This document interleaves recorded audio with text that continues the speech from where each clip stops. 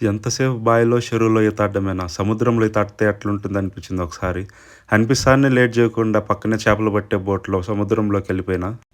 అలా చాలా దూరం వచ్చినాక మొత్తానికి ఒక దగ్గరైతే ఆపినాడు. "ఉన్నా వీడియో తీయి" అని ఫోన్ ఆ అన్నకిచ్చి నేనైతే దూకడానికి రెడీ అయిపోయినా. స్టార్టింగ్‌లో అయితే నాకు చాలా భయమేసింది. ఎందుకంటే బోట్ ఒక్కమాయన ఊగుతా ఉండింది. మొత్తానికి ఎట్లాగట్లా దూకేసిన. దూకి నాకు చాలా సేపు నీళ్ళల్లోనే ఉంటి. అక్కడి నుంచి నాకు బయటికి రావాలనిపియలే అసలు. అక్కడ ఈత ఆడతాంటే అబ్బా! ఆ మజానే వేరు. నేను ఈత ఆడే దగ్గర చాలా డాల్ఫిన్స్ ఉన్నాయి. నేను కూడా చాలా డాల్ఫిన్స్‌నే చూసిన. కానీ వీడియోలో సరిగ్గా కనిపించడంలే. ఈత ఆడి ఆడి కాళ్ళు చేతులు నొప్పులొచ్చి నేనైతే కొద్దిసేపు అట్లా రిలాక్స్ అయినా. దాదాపు 2 గంటల దాకా అక్కడే ఉన్నా.